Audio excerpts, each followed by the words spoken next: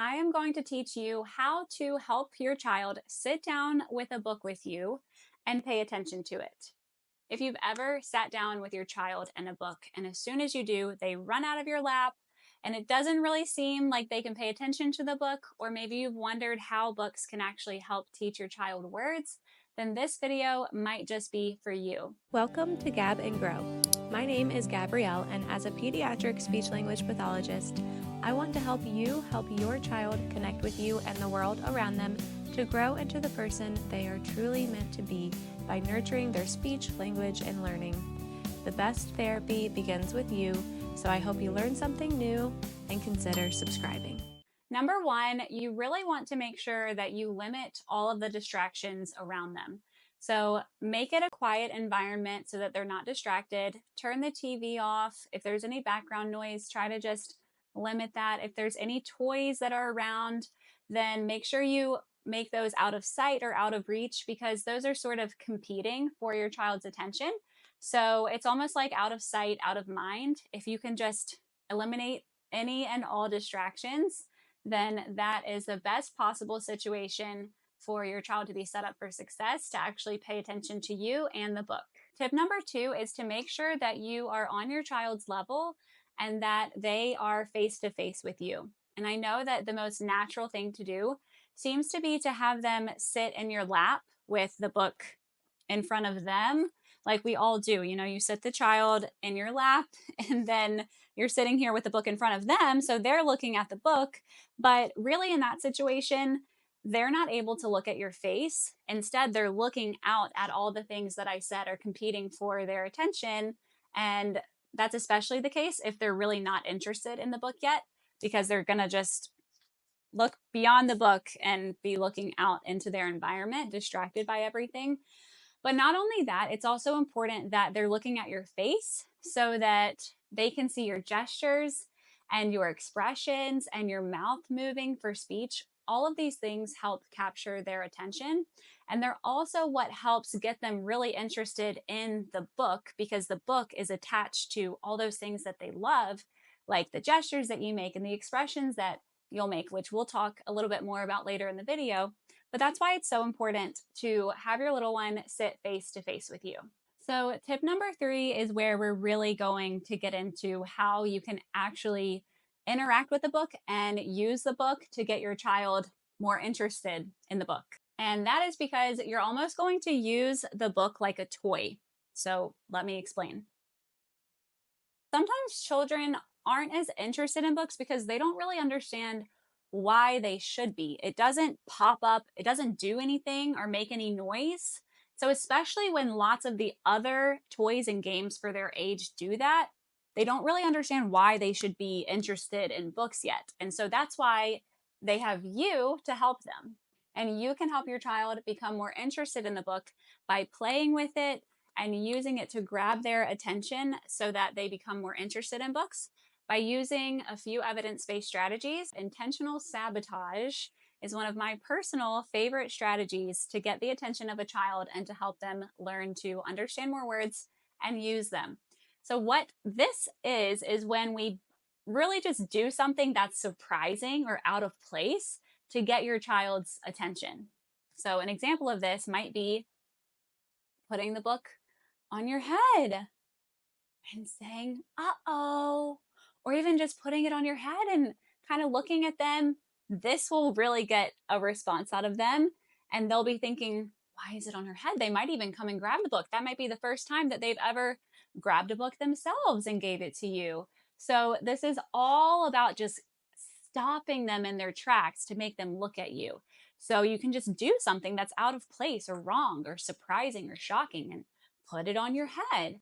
And when it's on your head, you can say, where's the book? Oh no, where's the book? Oh, it's on my head. And when you do that, you're teaching them some body parts. So it all goes together. Another example of intentional sabotage would be pretending like the book won't open. And this is out of place because normally you sit with them, you're constantly pulling them back into your lap, you're opening the book, you're just reading the book. But this will stop them, it will get their attention. If they're even just a little interested, they'll go, What's wrong with it? Uh-oh, it won't open. Oh no. And by the way, kids love to say uh-oh and oh no. So anything you can teach them that uses uh-oh or oh no, I think they're gonna like just believe me on that one. I've had some experience. So you try to open it, and that's when you can teach them some symbolic sounds, which are sounds that represent meaning, but they're not necessarily words. Sometimes those can be a good bridge for children who aren't saying words yet. Maybe you can try teaching them some symbolic sounds instead, like and maybe they'll copy that, or maybe they'll even just copy the gesture trying to open it.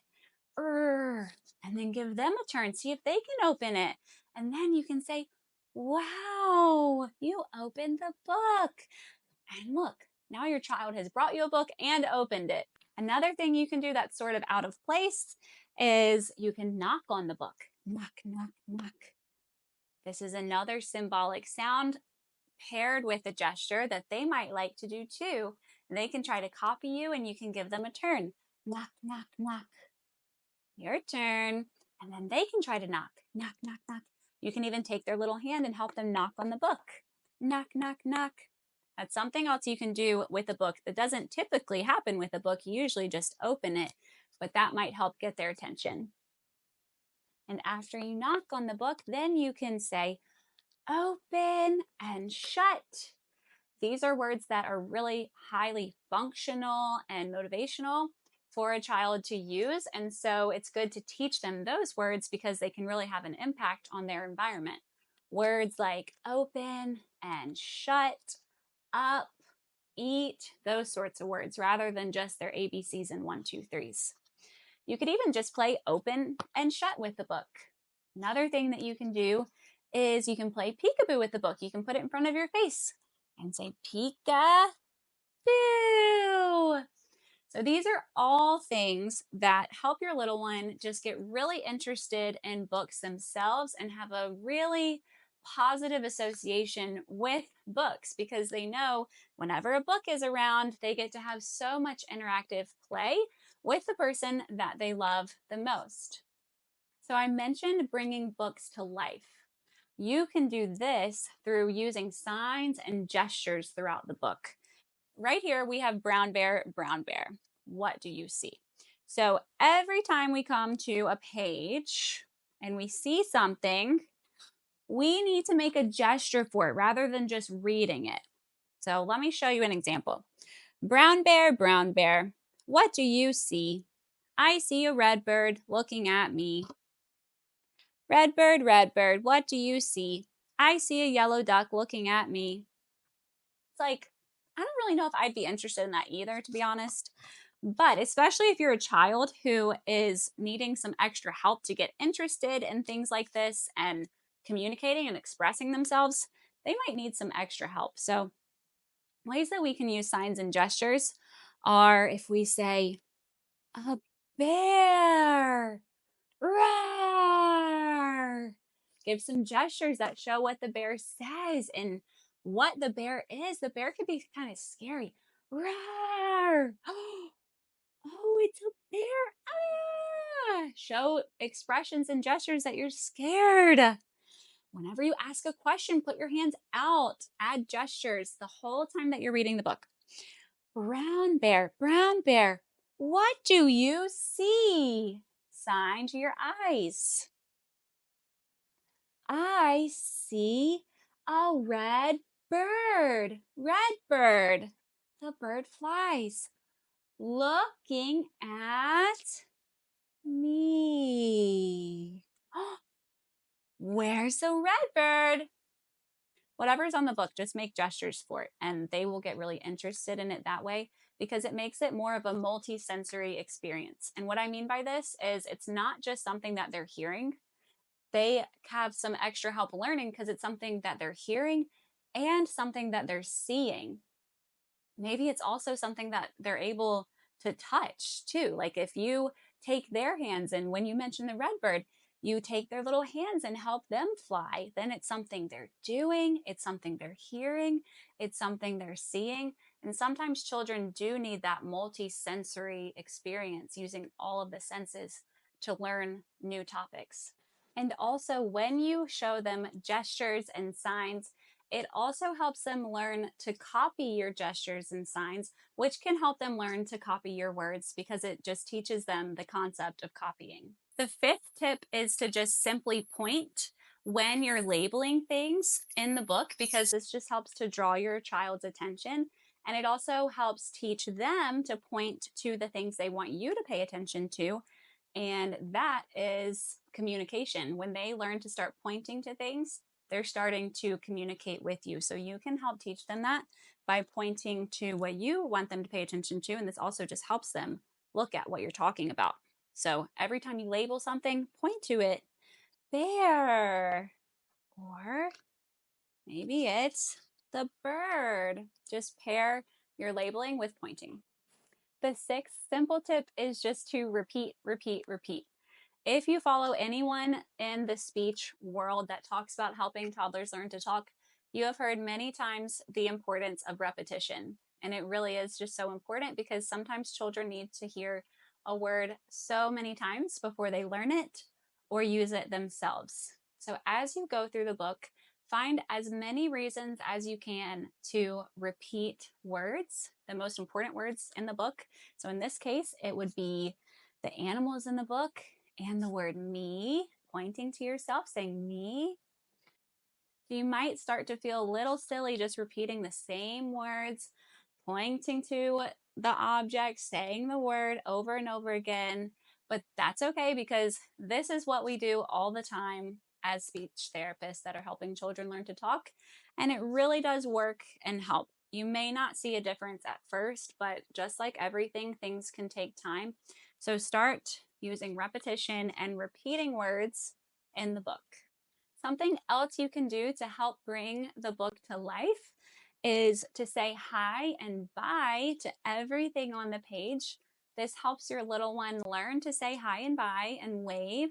And it also, like I said, kind of brings the book to life, makes the characters seem a little more real, makes it easier for you to talk about the characters or whatever's in the book and say hi to it.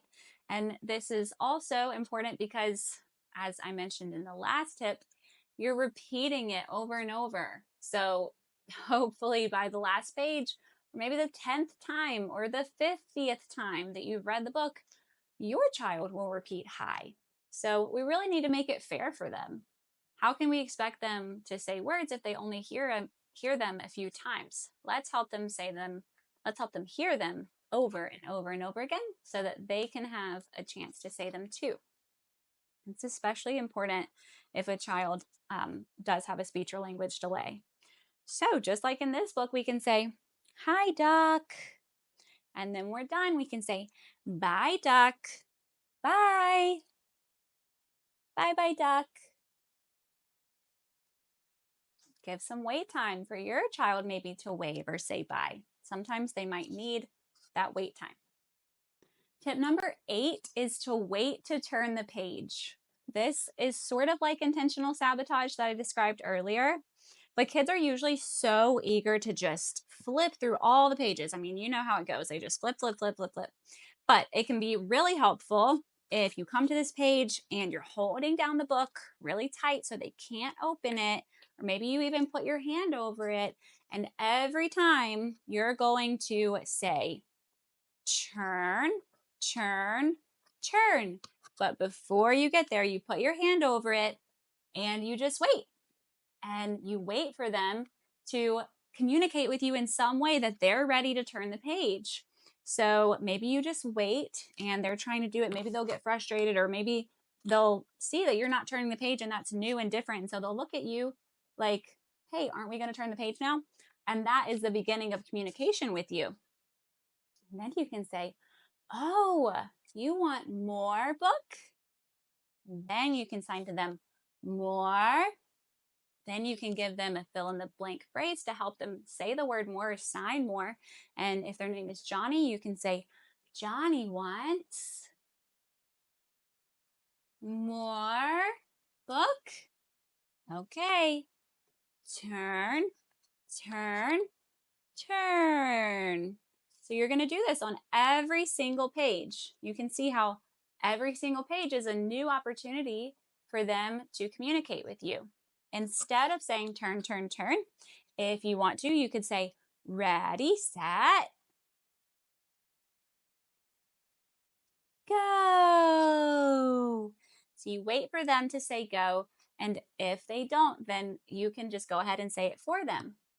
Tip number 9 is you can ask, where's the question? So this is really great, especially if your child is just starting to understand what things are. So you can always ask them, where's the bear? Bear? This is something you can do instead of just reading the book. You can come to each page and say, where's the bear? Bear? This is really great, especially if your child is just learning to start understanding what things are and just starting to learn different ways to communicate with you, like pointing to things or reaching for things, or even just drawing their attention to things. It might seem silly to say, where is the bear, if the bear is the only thing on the page, but if for a child like this, it's actually perfect because they have to get it right. And then you're teaching them what they're doing is correct. So you say, where's the bear? Maybe they point to the bear, reach for the bear. Yes, the bear. So then each time you do it again. Where's the bird? And they look at the bird. Maybe they reach for the bird or point to the bird. Yes, bird. And by doing this, you're getting them engaged and interested in the book rather than just reading it to them and then running away. This is a way that you can bring them into the book by asking them questions and then getting them to participate. Another way to bring the book to life is to talk about all of the body parts on the different animals or characters in the books. So you can say, where's the duck's eyes? Eyes? Then you can say, where's my eyes? Eyes? Then you bring them into it and you say, where's your eyes? Eyes, and point to their little eyes. So then they're learning all of their body parts. And this, like I said, just brings the book to life a little bit more. And this is a way to bring them into it. Books can be such a great tool to engage your children and help them acquire some new skills like learning to copy you and learning to request when they want more and learning to comment on things and just so much more. So if you can take these tips to just help get your child engaged in the book and to pay attention to it, then it's a great way that you can help your child learn new skills. If you're not sure if your child is on track with their development, especially when it comes to their communication milestones, then I made a free roadmap of communication for children from birth to 5 years old so that you can see the big picture of their development.